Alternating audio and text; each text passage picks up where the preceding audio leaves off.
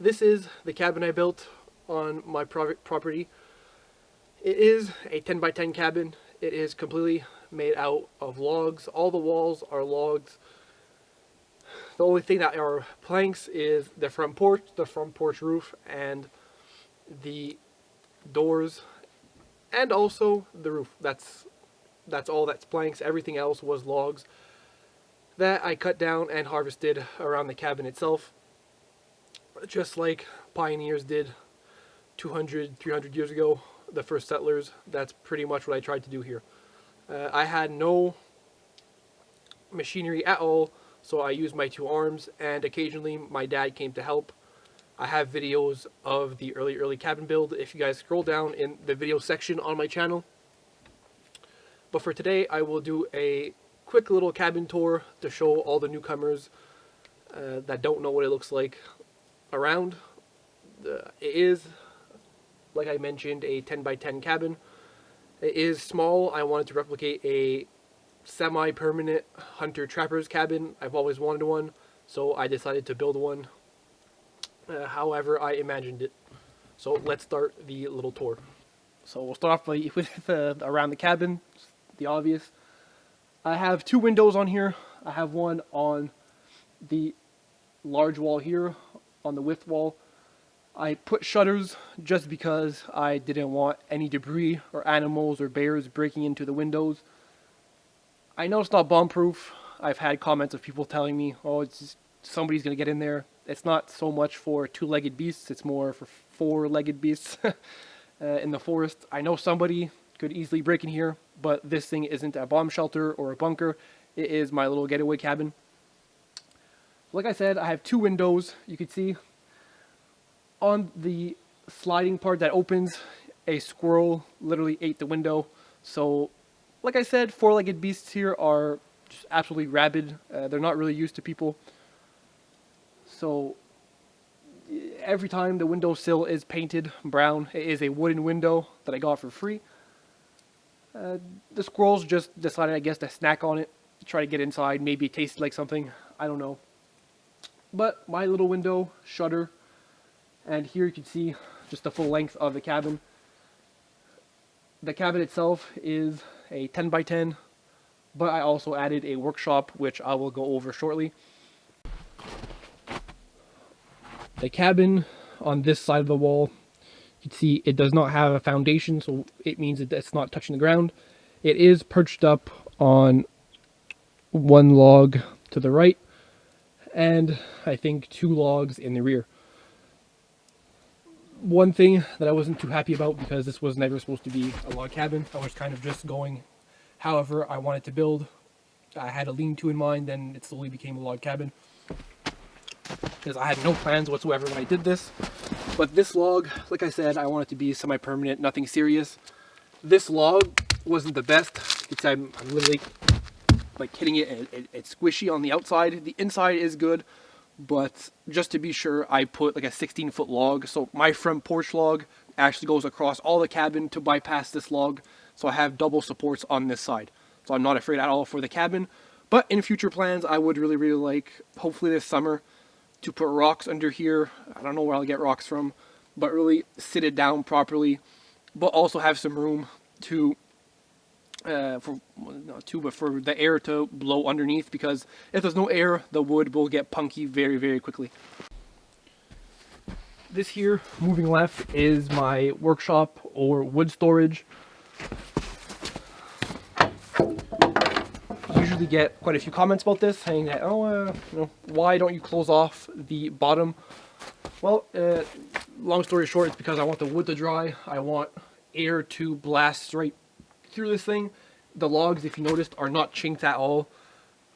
If I would ever like to make the cabin longer, I could just add a floor in here and I would be ready to rock. So really not complicated. I have my wood storage. I'll give you guys a look inside. And my cellar, which I dug this summer and I'm proud about. It took quite a while, but I finally got it. There's like a few series of videos on it, just because it took so long to dig by hand. Like I said, no machinery. It is dark in here, but if my solar panel, hopefully I'll get more this summer. But if I turn my battery on, I have some 12-volt lighting hooked up. If I take the saw off of here, you guys can see it's a little bit of a mess in here. I have a wood pile to the right, but for those of you that didn't know, this is my cellar, and the ice all fell in it. I just didn't melt at all, but hey, it is getting hotter outside, and this thing isn't melting. I'd have to keep it open. And now my water froze because of the ice. It is very, very insulated in there. It's a good 3-foot hole, I'd say. All winter, the water didn't freeze, but the top thawed out and the ice fell to the bottom. So my water ended up freezing. But I guess for summer, if the ice stays there, it's going to be absolutely perfect. So, moving back to the front, I do still have a little bit of lights on here. I put them up for Christmas, but they look cool, so I leave them there. I have, obviously, log cabin with a little front porch. You need a rocking chair. My Christmas wreath is still there. And I have a few other little bells and whistles, literally, that are still there. But yeah, now if I move over to the right there, that is my other window that I installed. So this window, I installed it at -30, probably 2 years ago, I believe. I think I have a video about it, but I had a lot of issues because I installed it while the cabin was already built. So I had the chainsaw broke down, the chain flew off. I was hitting nails and spikes, whatever holes I put to hold in the logs. So yeah, it was an adventure. It was pretty much took all day just for one little window. Again, I think someone gave it to me, or I bought this window for very, very cheap, and I try with everything around the cabin to make it period correct. So once again, that is a wooden window. So, moving up the hill to the right side of the cabin, I have this little solar panel.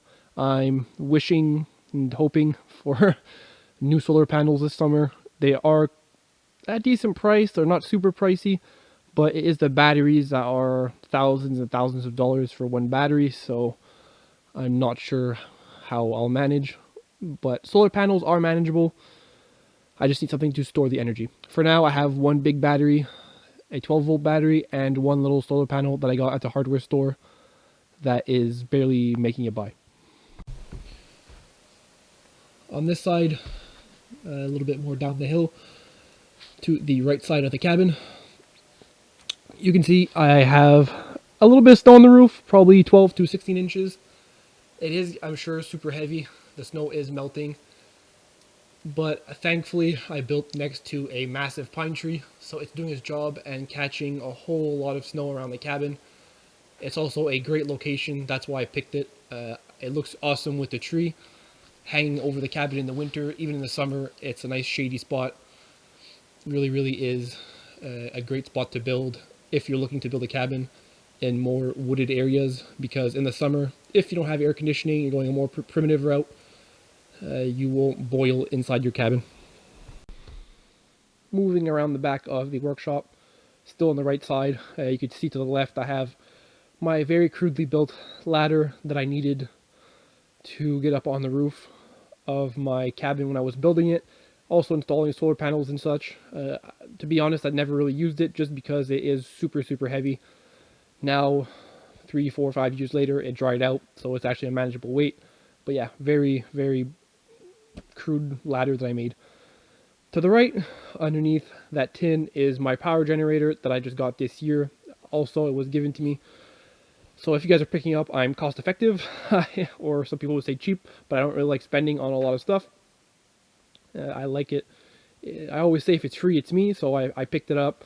It does have some icks to it. It's not perfect at all. It's actually missing a little bit of parts, but it works for what I needed to. And yeah, I try the least possible to start it and also use up some gas, but I like to start it, on the other hand, to mix the gas just so it doesn't settle and the ethanol doesn't separate and really bugger up the carb.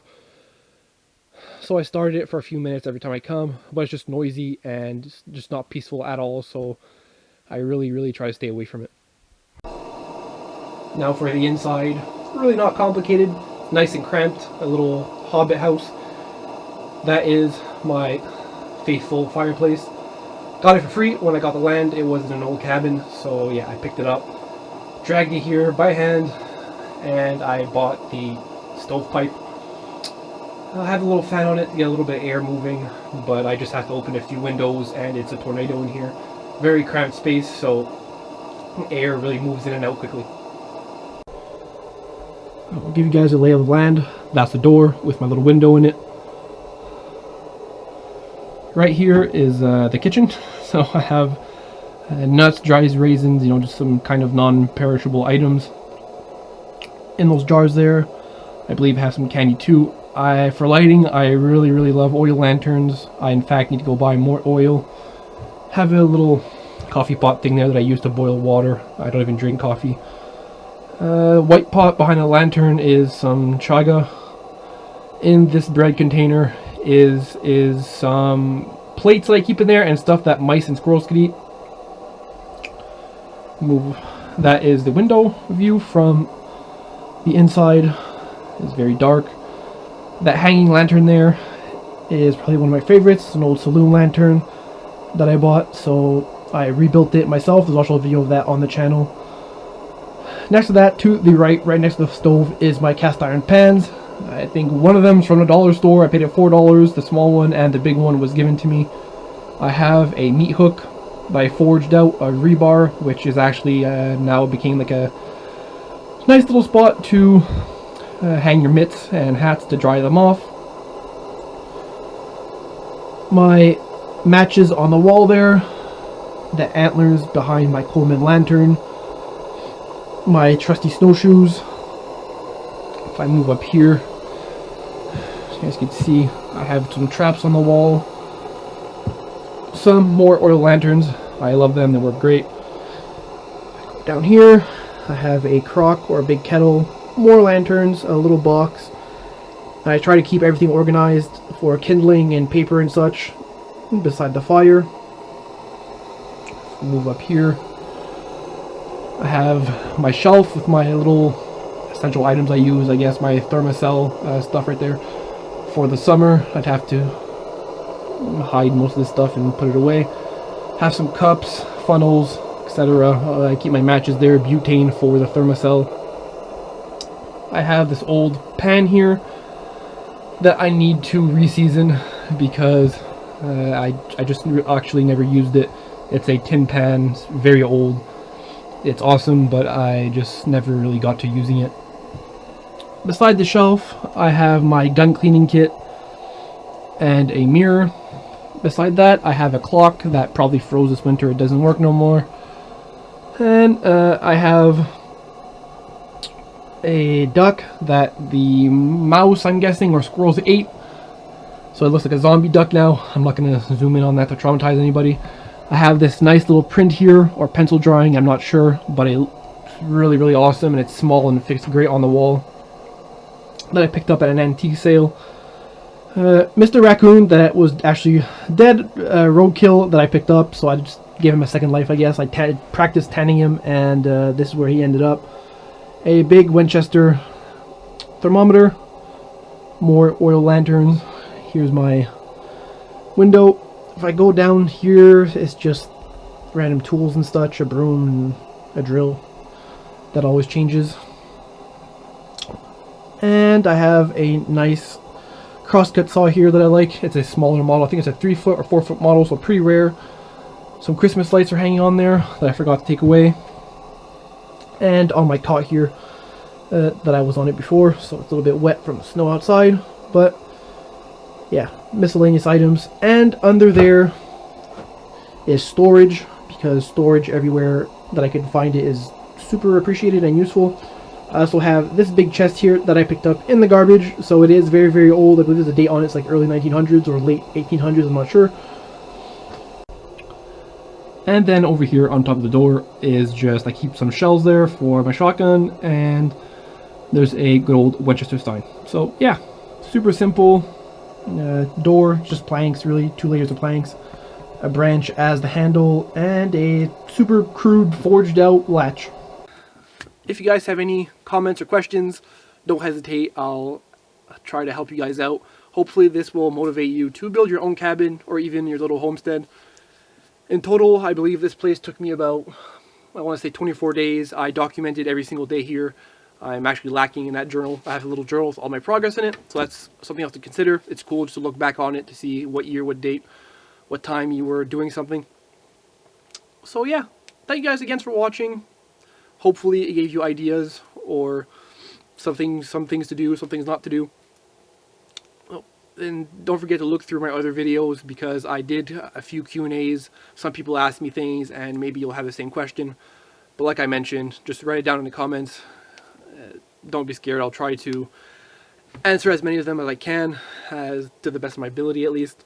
So thank you guys for watching. It's really appreciated. Don't forget to like, comment, and share. It really, really helps out a lot.